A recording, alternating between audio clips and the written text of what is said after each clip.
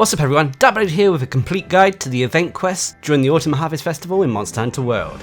The Autumn Harvest Festival, or otherwise known as the Halloween event, is taking place from the 21st of September through to the 4th of October. Much like past seasonal events, during this time players will get 2 lucky vouchers, as well as a Autumn Harvest ticket for their login bonuses. Limited bounties will be changing daily, which I'll be covering in separate videos. All the facilities will have sales on, there'll be new items for you to craft, and both your handler and Poogie will have special outfits for the occasion. But the aim of this guide is to focus on the event quests, namely pointing out the high priority quests that you should really consider doing. Anyway, first of all, players will have access to the Kulvtaroth Siege. This is a 9-star high rank quest that requires hunters to be hunter rank 16 or higher. They also have to have completed the main story in order to partake in this Gathering Hub event. This requires hunters to repel Kulvtaroth in the caverns of El Dorado. Now this is a group effort, so everyone who partakes in the siege up in the Gathering Hub, their progress will all be counted towards repelling the monster. But for successfully repelling Kulvtaroth, you will be rewarded with random Kulvtaroth weapons. Some of these are best in slots, so if you haven't got them yet, it's well worth doing. It's just a shame that it's down to RNG to what weapons you actually get. But anyway, let's move on to the more traditional event quests. Anyway, first let's cover the collaboration events that are going on at the moment. Collaboration events normally involve special loot or special armor for your hunter or palico. Anyway, first is Lessons of the Wild. Now this is a 5-star low rank quest that requires hunters to be hunter rank 6 or higher. This requires players to slay 8 Barnos in the arena. Now this is the crossover event with Horizon Zero Dawn, so it's a PlayStation 4 exclusive unfortunately. Anyway, for completing this, you'll get materials to form the Watcher Palico armor set, which is a cute little armor set. It's just a shame that it's fairly low rank. Next is the Proven, the second part of the Horizon Zero Dawn collaboration event, which is a 6-star high rank quest that requires hunters to be hunter rank 11 or higher. This requires hunters to hunt a giant Anjanath in the ancient forest, and for doing so you'll receive materials to craft their Aloy outfit and Aloy bow. Next is the Mega Man collaboration event, which is a Rush of Blood, a 7-star high rank quest that requires hunters to be hunter rank 13 or higher. This has players taking on 2 Adogorons in the arena. One of these is a tiny gold crown and the other one should be a large one. Anyway, for taking them both down you'll get materials in which you can create the Palico Mega Man armor set, which turns him into a pixelated Mega Man. The next collaboration event is Code Red. I would recommend doing this one. This one is a high priority quest. Code Red is an 8-star high rank quest that requires hunters to be hunter rank 14 or higher. This has players taking on an Anjanath, a Dogoron, Rathalos and Teostra in the arena. Now for completing this you'll receive red orbs. These can be used to craft the Dante's Devil Sword Charge Blade as well as the Dante Alpha armor set. These red orbs are also used in the construction of the Dante layered armor, but you also have to complete Arch-Tempered Teostra for the other materials required for that layered armor. Anyway, the next collaboration event is the USJ Gold Star Treatment, a 3-star low rank quest that requires hunters to be hunter rank 4 or higher. This has players hunting 3 Jagras in the arena. Now these Jagras are of different sizes. One is a small gold crown, the other is a large gold crown, and the final one is a normal sized one. Anyway, for completing this you'll get materials to craft the AZURE Starblade Longsword, as well as the AZURE Star Palico armor set. This is the low rank longsword, but it can be upgraded with the next collaboration event, which is the USJ Blazing AZURE Star. This is a 7-star high rank quest that requires hunters to be hunter rank 13 or higher. This has players taking on a giant Dodogama and small AZURE Rathalos in the Elder's Recess. Now for completing this you'll get materials in order to craft the AZURE Starlord alpha set for your hunter, as well as upgrade your AZURE Starblade Longsword to its highest possible rank. Both of these are advisable, especially the AZURE Starlord armor, as its components are very useful when using elemental based builds. For anyone wondering, USJ stands for Universal Studios Japan. And the final collaboration event is a visitor from Eorzea Extreme. This is a 9-star high rank quest that requires hunters to be hunter rank 50 or higher. This requires players to slay the Extreme or Tempered Behemoth in the Elder's Recess. This is a crossover event with Final Fantasy XIV and is by far the most difficult challenge that Monster Hunter World has to offer us. The easiest way to get this done is with a group of players who know what they are doing, who have assigned themselves special roles, and who know the mechanics and work together in order to bring this monster down. but if you do so, you are rewarded with materials to craft the Draken layered armor, as well as a title for your guild card. But anyway, those are the collaboration events. As I said, the USJ and Code Red quests are probably the highest priority here. If you can do the Extreme Behemoth, the Draken layered armor is nice, but it's not essential. But anyway, let's move on to the other event quests, the standard event quests we have. Now I'm going to be going through these in order of easiest to most difficult. First is Up at the Crack of Dawn, which is a 1-star low rank quest that requires no hunter rank to participate in. A great quest for beginners. This requires you to slay 12 Kestodons in the arena. This is a great practice quest and gives you some early materials to create armor. Next is True the Fat, a 2-star low rank quest that doesn't require hunters to have any rank. Another beginner quest. This requires hunters to hunt 2 great jaguars in the ancient forest. Again, a nice quest to potentially get some materials to start crafting armor. Next is a new quest where Sun meets Moon. This is a 3-star low rank quest that requires hunters to be hunter rank 4 or higher. This has players taking on a Tobikadachi and Puke in the ancient forests. Now upon completion, you'll be rewarded with Downy Crake tickets that can be made into the Downy Crake brooms or Downy Crake Love, which are a goofy pair of looking dual blades. Next is Yaku with that, a 4-star low rank quest that requires hunters to be hunter rank 6 or higher. This has players taking on a Setsuyaku and Kuluyaku in the special arena. This is again another low rank quest that enables players to get some birdwyvern materials. Next is Greet the Gluttons, a 4-star low rank quest that requires hunters to be hunter rank 6 or higher. This has players taking on a Great Jagras, Puke, and Paolumu in the special arena. The interesting aspect about this quest is, upon completion, you'll be rewarded with quite a few meal vouchers that can be used at the canteen to ensure you get the food buffs that you actually want. This is another high priority quest to farm, as meal vouchers not only benefit you, but your entire team. Next is the Poison Posse, a 5-star low rank quest that requires hunters to be hunter rank 8 or higher. This has players taking on all the monsters associated with the poison ailment, so Puke, Raffian and Rathalos. This all takes place in the ancient forest. This is another low rank quest that is useful for getting materials from these specific monsters. Next is Flesh Cleave to Bone, a 5-star low rank quest that requires hunters to be hunter rank 8 or higher. This has players taking on an Adogaron and Radaban in the special arena. Much like the other low rank quests we've had, this is a useful way of gathering materials from these specific monsters. Next is Kirin the Myth, a 5-star low rank quest that requires hunters to be hunter rank 8 or higher. This has players taking on 2 Kirin in the Coral Highlands. This is a good introduction quest for low rank players to experience Elder Dragons and to farm their materials if needed. Next is Wicked WILDSPIRE Warfare, a 5-star low rank quest that requires hunters to be hunter rank 8 or higher. This has players taking on a Diablos and Tuberoth in the special arena. Now upon completion, not only will you get materials from these specific monsters, but you'll also receive lots of armor spheres and armor sphere pluses. These can be used to upgrade your armor. Next is Every Hunter's Dream, a 5-star low rank quest that requires hunters to be hunter rank 8 or higher. This has players taking on a Paolumu and Rathalos in the arena. This is a high priority quest if you like using the Greatsword, because it gives you the materials in order to craft the Wyvern's Ignition, which is arguably one of the best Greatswords in the game. Next we're moving on to high rank quest. First is Scrapping with the Shamos, a 6-star high rank quest that requires hunters to be hunter rank 11 or higher. This requires players to slay 13 Shamos in the Coral Highlands, and upon doing so, you'll get materials to craft a sealed eye patch, which is a useful piece of armor that has lots of decoration slots. Next is Triple Threat Throwdown, a 6-star high rank quest that requires hunters to be hunter rank 13 or higher. This has players taking on a Great Gyros, Great Jagras and Dodogama in the special arena. Now upon completing this quest, you'll be rewarded with a lot of decorations, these jewels, but these are the low rank jewels, so don't expect to get rare ones from this. Next is Gaze Upon the Dawn, a 6-star high rank quest that requires hunters to be hunter rank 11 or higher. This has players taking on Zora Magdaros. This is basically the Zora Magdaros quest that sometimes pops up in the optional quests, except now we have it on demand. So this is a good way of farming Zora Magdaros if you need materials from it. Next is Wiggle Me This, which again I would consider a high priority quest. This is a 6-star high rank quest that requires hunters to be hunter rank 11 or higher. This requires players to deliver 10 Wigglers from the Coral Highlands. Anyway, for capturing 10 of them, you'll be rewarded with materials to craft the Floppy Wiggler head armor. This is a great wide range tool, so if you're looking for a support build, this is strongly recommended. Plus, it looks hilarious. Next is Flash in the Pan, another fairly high priority event quest, but maybe not the highest. This is a 6-star high rank quest that requires hunters to be hunter rank 11 or higher. This requires you to hunt 3 Zitsuyaku in the arena.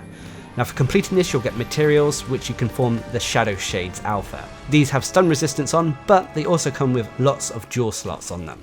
so they are highly customizable. Next is Egg Lovers United, a 6-star high rank quest that requires hunters to be hunter rank 11 or higher. This requires players to hunt a giant Kuluyaku in the arena, and upon completion you'll get materials which you can form the Kuluyaku head armor. Next is Midnight Mayhem, which could be considered a fairly high priority quest, which is a 6-star high rank quest that requires hunters to be hunter rank 11 or higher.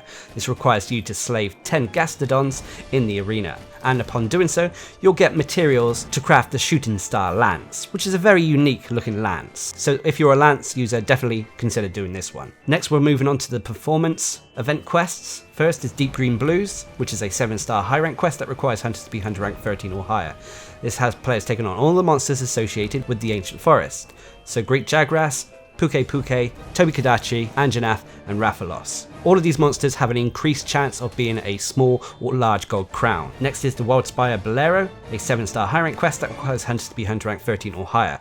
This has players taking on all the monsters associated with the WILDSPIRE Waste, so Baroth, Gyarados, Kuluyaku, Rathian, and Diablos. Again, there is a high chance of getting a small or large gold crown with all of these monsters. Next is the Effluvial Opera, a 7-star high rank quest that requires hunters to be hunter rank 13 or higher. This has players taking on all the monsters associated with the Rotten Veil, so Great Gyros, Radaban, Adogaron, and Basiljuice. Just like the other quests, you have a high chance of getting a small or large gold crown with these monsters. Next is the Coral Waltz, a 7-star high rank quest that requires hunters to be hunter rank 13 or higher.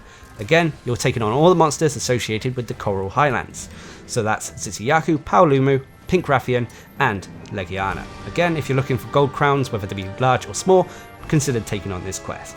And then finally is the Rock and Roll Recess, which is a 7-star high rank quest requiring hunters to be hunter rank 13 or higher. This has players taking on all the monsters associated with the Eldest Recess. So that's Dodogama, Uragan, Azure Rathalos, and Lavasioth. Again, if you're going after gold crowns, consider taking this quest on. Anyway, next is Rolling with the Uragan, a 7-star high rank quest that requires hunters to be hunter rank 13 or higher. This has players taking on 2 Uragan in the Eldest Recess. The interesting aspect about this quest is upon completion there is a chance of obtaining a fair few armor sphere pluses and advanced armor spheres, which you can use to upgrade your armor. Next is This Is How Revolts Start, a 7-star high rank quest requiring hunters to be hunter rank 13 or higher. This has players taking on a Black Diablos and Normal Diablos in the WILDSPIRE Waste. Unfortunately, there is no real indication of what is the reward from this quest, except you get increased materials from these monsters. Next, and a new quest, is a Royal Pain. This is a 7-star high rank quest that requires hunters to be hunter rank 12 or higher. This has players taking on a Pink Rathian and Normal Rathian in the WILDSPIRE Waste. And upon completion you'll get materials in order to craft the Moss Swine Mask and the Palico Feline Layered Head Armor. So this may be fairly high on the priority list, especially if you like collecting layered armors. Anyway, let's continue. The next event quest is Keeper of the Otherworld, a 9-star high rank quest that requires hunters to be hunter rank 16 or higher. This requires players to slay Xeno'jiiva in the Confluence of Fates. Just like the optional Xeno'jiiva quest that pops up, this gives players an opportunity to farm the monster whenever they wish. Next is a Simple Task, a 9-star high rank quest that requires hunters to be hunter rank 30 or higher.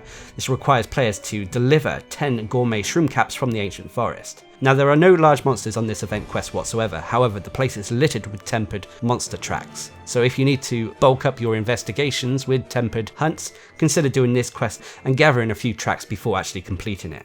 Next is Tracking the Delivery, a 9-star high rank quest requiring hunters to be hunter rank 50 or higher.